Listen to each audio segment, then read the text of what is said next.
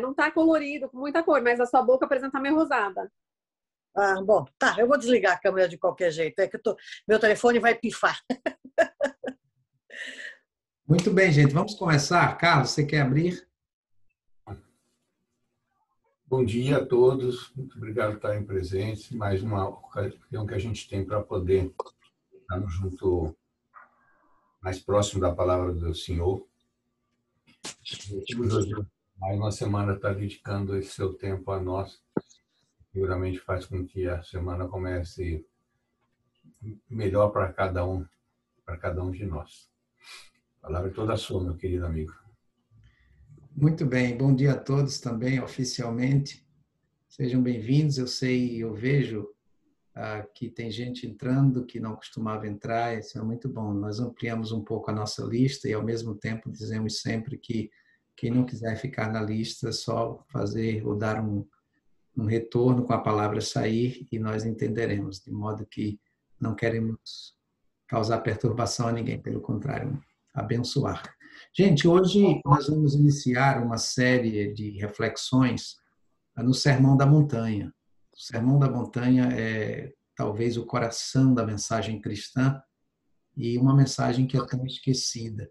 Mas eu quero começar com o tema oração, que está bem presente no Sermão da Montanha, porque para mim a oração é o elemento principal, é a conexão com Deus, é a dimensão do profundo, é a dimensão do mergulho, é a saída do que é superficial para o que é, de fato, essencial na vida. E oração é um dos elementos, na verdade, talvez o elemento principal da devoção, e nós pouco valorizamos. Mas deixe-me começar com o texto. Em Mateus capítulo 6, vejam que Jesus começa falando sobre práticas devocionais ou disciplinas religiosas, espirituais, que não podem ser feitas de qualquer modo. Por exemplo, quando ele diz: tenham o cuidado de não praticar suas obras de justiça diante dos homens ou diante dos outros, para serem vistos por eles. Se fizerem isso, vocês não terão nenhuma recompensa do Pai Celestial. Filho, bom dia, meu amor. O que ele apresenta aqui, deixa eu só fechar os microfones aqui. Vou botar todo mundo mute por enquanto. Ok. Todo mundo me escuta? Muito bem. Então, compartilhando a tela novamente, ele está mostrando aqui que a caridade é uma das disciplinas espirituais do cristão, a prática da caridade. E o que ele está dizendo aqui é que a prática da caridade não deve ser feita para se mostrar aos outros, para mostrar aos outros um grau profundo de espiritualidade, de religiosidade. Então ele diz: tenham cuidado quando vocês praticarem suas obras de justiça diante dos outros para serem vistos por eles. Aí ele diz no verso 2: portanto, quando você der esmola, não anuncie isso com trombetas, como fazem os hipócritas, os fingidos, né, os atores. Aqui tem a palavra hipócrita, é a palavra para teatralização, né, para fingimento. Como fazem os hipócritas nas sinagogas e nas ruas, a fim de serem honrados pelos outros. Eu lhes garanto que eles já receberam sua plena recompensa. O que ele quer dizer: não terão nenhuma recompensa de Deus os que agem assim, terão a recompensa dos homens, o aplauso, o reconhecimento social, só e somente só. Mas quando você der esmola, que a sua mão esquerda não saiba o que está fazendo a direita. Ou seja, não mantenha em segredo a sua caridade, mantenha em segredo a sua esmola. Eu conheço pessoas que fazem caridade e fazem de maneira admirável, mas logo jogam nas redes sociais, na mídia social, enfim, e eu fico pensando qual é de fato a essência dessa motivação. Claro, sem nenhum tipo de julgamento, mas apenas uma reflexão pessoal. Porque, de fato, o ego quer mostrar o que está fazendo e é muito bom receber o reconhecimento social. Passemos, então, à oração, que é o tema de hoje. Semelhantemente ao que Jesus diz, quando vocês orarem, não sejam como os hipócritas. Eles gostam de ficar orando em pé nas sinagogas e nas esquinas, a fim de serem vistos pelos outros. Eu lhes asseguro que eles já receberam a sua recompensa. É muito importante notar o seguinte: os judeus valorizavam e valorizam demais a oração. Creio que nós nunca aprenderíamos tanto sobre oração se não fosse o legado judeu que os cristãos acolheram. Os judeus costumavam orar 3 horas, 3 vezes ao dia, às 9 da manhã, ao meio-dia e às 3 da tarde. E eles tinham tanto o chamar como o shemoné, orações pequenas que eles repetiam em qualquer lugar onde estivessem. Isso, de fato, é louvável. Agora, alguns perigos levavam os judeus a certas práticas que Jesus acabou condenando, como, por exemplo, a repetição vazia. Essa repetição vazia como uma espécie de mantra, Jesus condenou, porque não trazia do coração os conteúdos, mas apenas a repetição vazia. Ainda que importante no sentido de trazer o indivíduo a concentrar o foco do pensamento em Deus. Um outro perigo importante é que alguns judeus, e a prescrição era, tem que orar em qualquer lugar, 9 da manhã, ao meio-dia e às 3 da tarde. Então, muitos judeus faziam questão de estar nesses horários em lugares públicos, onde houvesse muita gente, para que as pessoas os vissem orando, e a postura tradicional era orar com as palmas das mãos voltadas para o alto. Então, certamente todo mundo saberia logo pelo gestual que o indivíduo estaria orando. Então, é o que Jesus diz: quando vocês orarem, não sejam como os hipócritas, que gostam de ficar orando em pé nas sinagogas e nas esquinas. Sinagoga, só para esclarecer o termo, era uma espécie de templo, de igreja, no sentido moderno. Mas quando da diáspora judaica no exílio, 400, quase 500 anos antes de Cristo, para que a comunidade judaica permanecesse firme, eles criaram as sinagogas. Um requerimento era que, pelo menos, onde houvesse 10 famílias judaicas, deveriam abrir uma sinagoga. Por isso que a comunidade judaica da diáspora se manteve firme, por causa desses centros, desses lugares de encontro. Enfim, aí ele diz: quando você orar, vá para seu quarto, feche a porta e ore a seu pai que está no secreto. Então, seu pai, que vê no secreto, o recompensará. A mesma coisa que ele diz em relação à caridade. Quando você orar, não procure deliberadamente estar em lugares secretos e não em lugares públicos para que vocês sejam vistos pelos homens, porque o Pai vê em secreto, e o Pai que vê em secreto o recompensará. E quando orarem também, não fiquem sempre repetindo a mesma coisa como fazem os pagãos, aquele mantra, né? Sobretudo no Oriente, ainda hoje existe na filosofia oriental a repetição desses mantras, né? E os judeus muitas vezes adotavam esses mantras como uma espécie de repetição que levava ao êxtase. E Jesus condena esse tipo de prática. Não sejam iguais a eles, porque o seu Pai sabe do que vocês precisam antes mesmo de o pedirem. Vocês orem assim. E aqui nós temos a famosa oração chamada Pai Nosso. Se você puder, onde estiver, mesmo com o microfone fechado, repita essa oração comigo. Vamos repeti-la juntos? Acho que todos conhecem, né? Mas está aí na tela. Juntos. 3, 2, 1. Pai nosso que estais nos céus, santificado seja o teu nome. Venha o teu reino. Seja feita a tua vontade, assim na terra como no céu. Dá-nos hoje o nosso pão de cada dia. Perdoa as nossas dívidas, assim como perdoamos aos nossos devedores. E não nos deixes cair em tentação, mas livra-nos do mal, porque teu é o reino, o poder e a glória para sempre. Amém. Vamos pensar um pouquinho nessa oração nos próximos 10 minutos.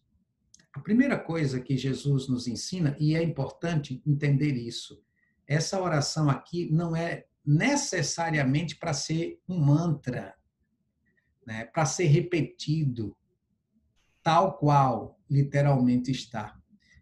É como uma espécie de esboço, de mapa, para que a oração nossa seja estruturada, mas fluente, que flua do coração.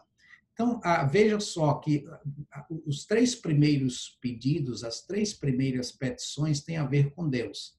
Pai nosso, venha o teu reino, seja feita a tua vontade. Os 3 pedidos, na segunda parte, têm a ver com as nossas necessidades. Dá-nos hoje o pão de cada dia, perdoa as nossas dívidas e não nos deixes cair em tentação. Então, vejamos rapidamente cada um desses pontos. Primeiro, Pai Nosso. O que Jesus nos ensina aqui é a orar ao nosso Pai. Não é simplesmente um Deus, um tirano cósmico que está em algum lugar e de algum lugar nos observando para ver os nossos mais ligeiros ou grosseiros desvios para nos castigar. Essa não é a visão que Jesus nos ensinou de Deus. Jesus nos ensinou a visão de Pai, né? De Pai. E um Pai, como ele próprio, Jesus ensinou, um Pai, quando o filho pede pão, não lhe dá uma pedra. Quando pede peixe, não lhe dá uma cobra. Jesus nos ensinou a buscar a Deus como Pai, e não apenas como um Deus, no sentido de um poderoso que está sempre pronto a punir ou recompensar, mas a um Pai. Depois, Pai nosso que estás nos céus, né? Deus é invisível, não se vê Deus, né? E ele proibiu até a imagem de escultura porque ele não quer ser reduzido a uma peça que se vê. Deus está em todos os lugares, Deus é pleno, Deus atravessa todos os cantos. Não há lugar onde Deus não esteja. O salmista, no Salmo 39, diz: se eu subir ao céu, tu estás aí. Se eu descer ao mais profundo da terra, tu estás aí. Se eu fizer minha cama no meio dos mares, tu estás ali também. Ou seja, não há como fugir de Deus. Deus é pleno e está em todos os lugares. Então, Pai nosso que estás nos céus, santificado seja o teu nome. Essa palavra santificado vem do grego hagios, que é santo, e não é santo aqui no sentido meramente moral, como a palavra, de certa forma, denota. Santo aqui, hagios, é uma palavra para diferente, separado. Por exemplo, um templo. Não é? Vamos pensar num templo católico, porque os templos católicos têm mais uma estrutura antiga, clássica. Então, santo é aquilo que é separado, aquilo que é único, aquilo que é singular, que é destacado do que é comum. Né? Então, quando nós nos dirigimos a Deus, nós nos dirigimos não a um buddy, como se diz por aqui, né? A um coleguinha. Né? Eu me lembro de uma apresentadora de TV no passado que se dirigia a Deus como o cara lá de cima. Né? Então, assim, tratando Deus como um companheiro, um colega de escola, né, de turma. Não. Deus é único, Deus é diferente. E quando nós nos dirigimos a Ele, nós nos dirigimos à santidade. Né? É interessante como na Igreja Católica o Papa é chamado de Sua Santidade. No sentido da palavra, isso está correto, ou seja, alguém diferente, alguém que está destacado da maioria no sentido de referência. Então, quando nós nos dirigimos a Deus também, seja santificado o teu nome, ou seja, que o mundo reconheça que o Senhor é diferente, que o Senhor é único. Depois, venha o teu reino, seja feita a tua vontade, assim na terra como no céu. é muito importante que as duas expressões, venha o teu reino e seja feita a tua vontade, sejam vistas como segmento uma da outra. Venha o teu reino, o reino de Deus. Jesus se reportou muito ao reino de Deus. Reino de Deus aqui é o domínio de Deus. É o império de Deus. Se alguém pensar, por exemplo, em Carlo Barbieri como rei de Boca Raton, um exemplo, então quem manda em Boca Raton é ele. Quem dá, enfim, as direções é ele. Então, o reino de Deus significa Deus manda, Deus comanda, Deus é pleno em sua vontade.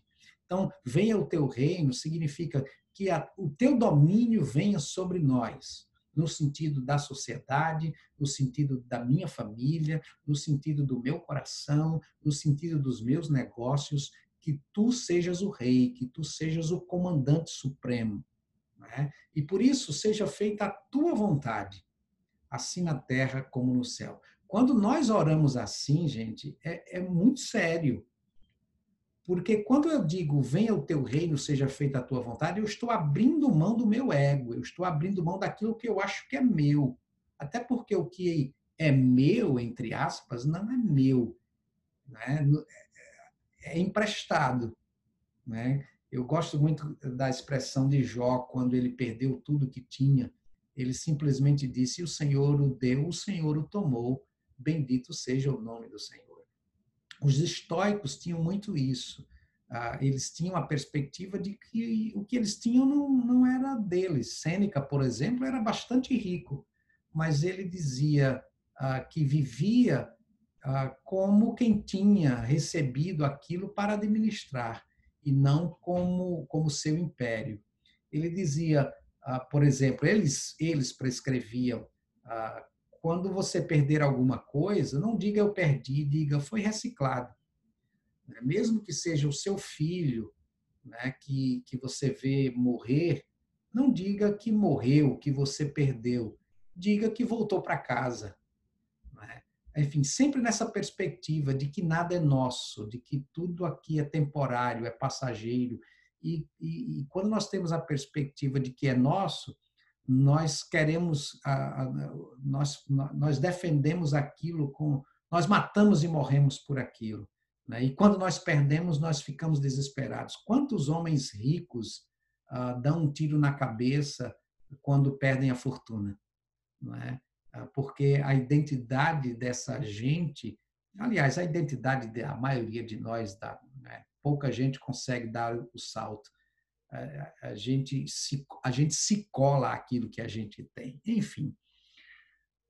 Depois, vejam só que os 3 primeiros têm a ver com Deus. O que significa isso? Que Deus tem a primazia.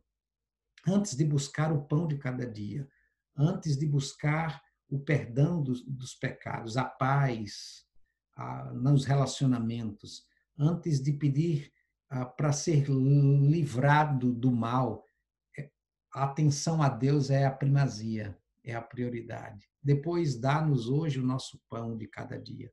Vejam aqui que é o pão de cada dia, não é o acúmulo de coisas. Dá-nos o pão de cada dia. Não é aquela teologia da prosperidade hoje que em alguns círculos evangélicos é prevalente, de que o Filho de Deus tem que ser rico, tem que ter muito dinheiro, tem que, enfim, tem que conquistar e tem que subjugar. Jesus nos ensina a simplicidade da oração pelo pão de cada dia. Depois perdoa as nossas dívidas, assim como perdoamos aos nossos devedores. O que Jesus nos ensina aqui é o tema do perdão. E é importante entender que o perdão aqui é uma espécie de triângulo. Quando nós nos dirigimos a Deus para pedir-lhe perdão pelos nossos pecados, nós temos ao nosso lado aquele que nos ofende, como outra parte do triângulo. Perdoa as nossas dívidas como perdoamos aos nossos devedores. O que significa dizer é o seguinte: Deus perdoa os nossos pecados à medida que nós perdoamos os pecados dos outros contra nós, a ofensa do outro contra mim. Se eu não perdoo a ofensa do outro, também Deus não perdoa a minha ofensa. Isso é condicional, absolutamente condicional. E ele termina, e com isso também eu. E não nos deixes cair em tentação, mas livra-nos do mal, porque teu é o reino, o poder e a glória para sempre. Amém. Não nos deixes cair em tentação. A vida traz sempre uma ameaça vizinha, né? Somos seres ameaçados. A vida é também carregada de ameaças. Por isso, a necessidade de orar para que Deus nos livre das arapucas, nos livre do maligno e do mal. Por isso, gente, eu quis começar o Sermão da Montanha pela oração do discípulo.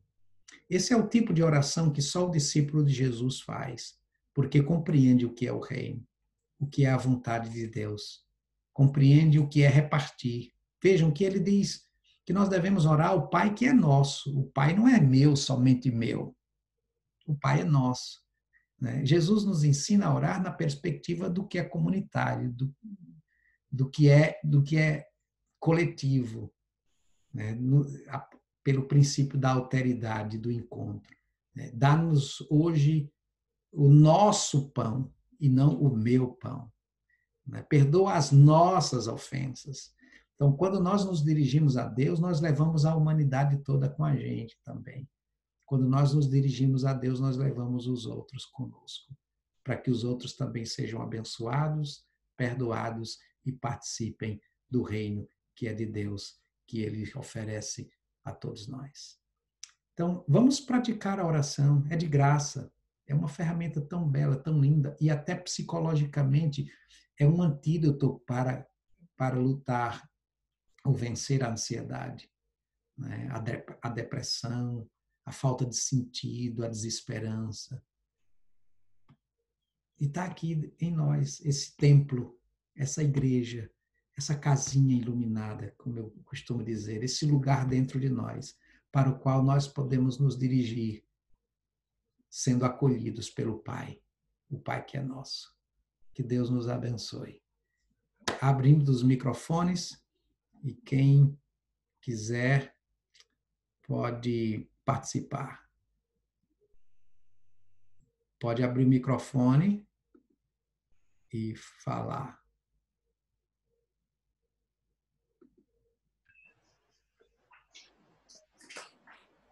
Vânia. Oi. Você abriu o microfone? Eu deixei fechado para não ter barulho, mas é sempre o aprendizado com você na segunda-feira. É uma coisa assim, não dá para começar a semana sem você, né? Sou sua fã, você sabe. Mas eu acho que a gente, quando ora, né?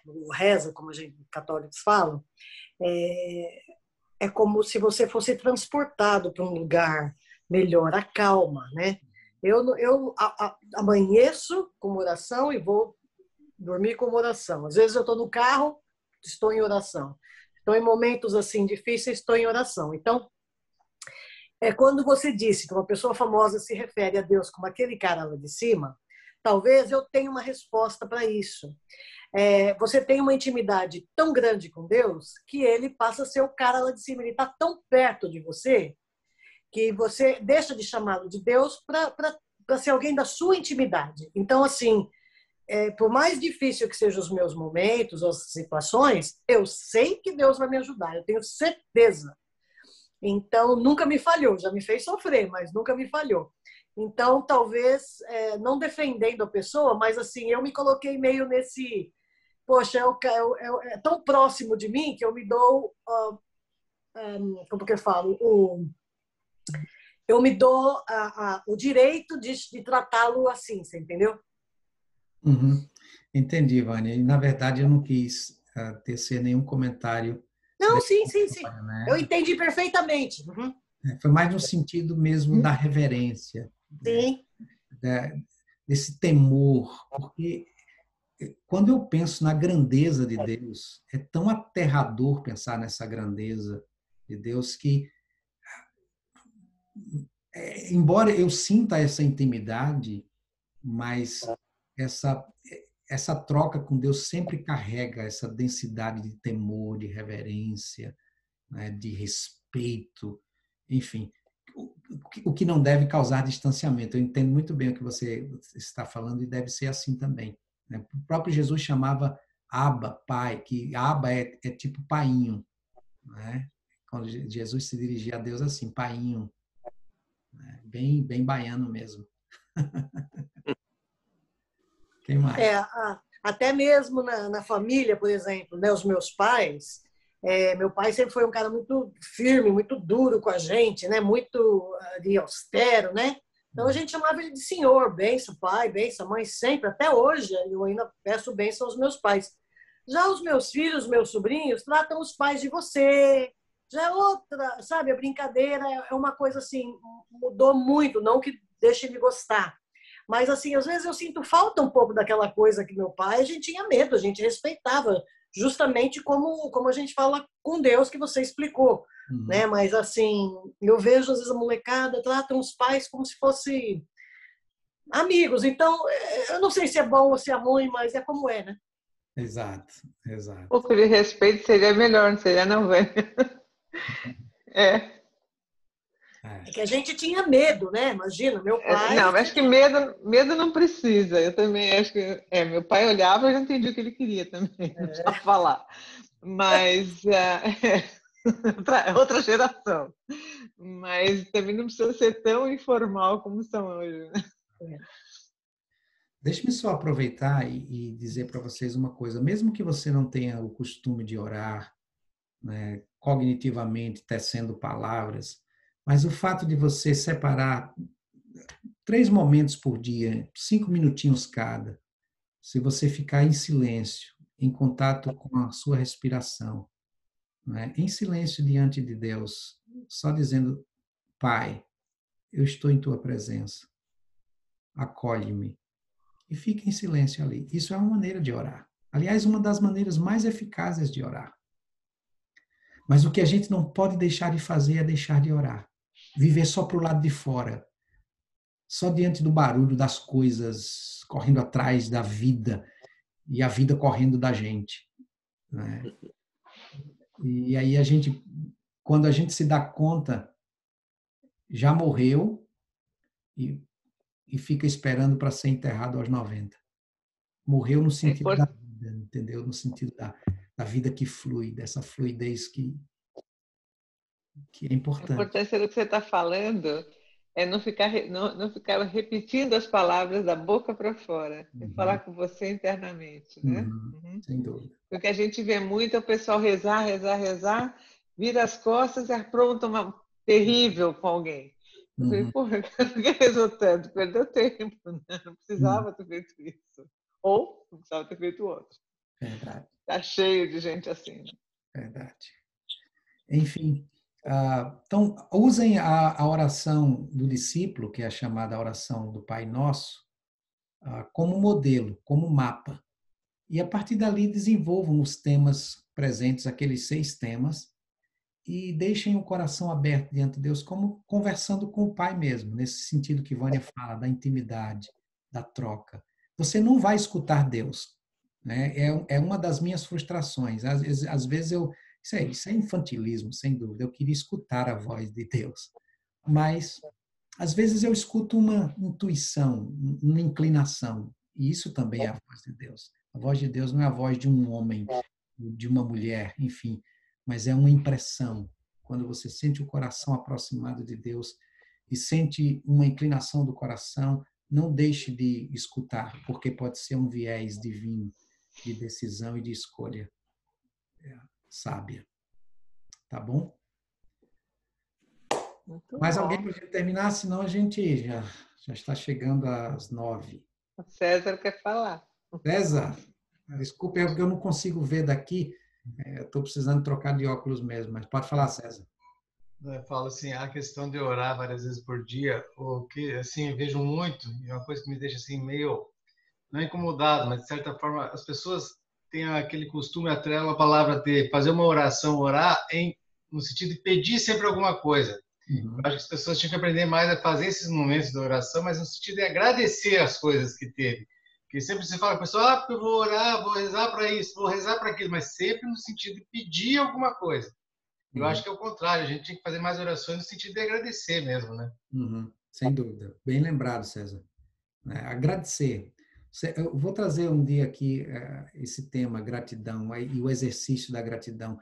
Como faz bem para a alma, né? Debulhar sempre esses motivos de gratidão no coração o dia inteiro, né? Isso limpa, faxina mesmo a mente e o coração. Obrigado, César. O Robson que não falou hoje ainda, a gente sempre... Hoje eu estou muito zen. Está muito zen. É verdade, hoje eu acordei muito manso, vamos dizer assim. Espero que... Você é sempre cordial. Mesmo quando você tem as suas opiniões fortes, você sempre fala de maneira educada e generosa. Sempre bem-vindo. Mais alguém? Senão a gente pode ir, né, Carlos? Bom dia, só rapidinho, tá? Primeira vez que eu me manifesto no grupo. Bom dia para todo mundo, tá? Meu nome é Márcio. Tenho acompanhado vocês aqui praticamente só ouvindo, tá? Mas eu quero falar uma coisa sobre o que o César acabou de falar, que essa oração que foi nos transmitida hoje é uma oração de pedido, né? É a oração que o Cristo nos ensinou para pedir. Então, ela fica realmente como própria da nossa vida. O pedido, o agradecimento realmente é necessário, mas o ensinamento vem em cima do pedido para que tudo fosse feito em nome dele. Obrigado, gente. Bom dia para todo mundo. Bom dia, Márcio. Bem lembrado mesmo.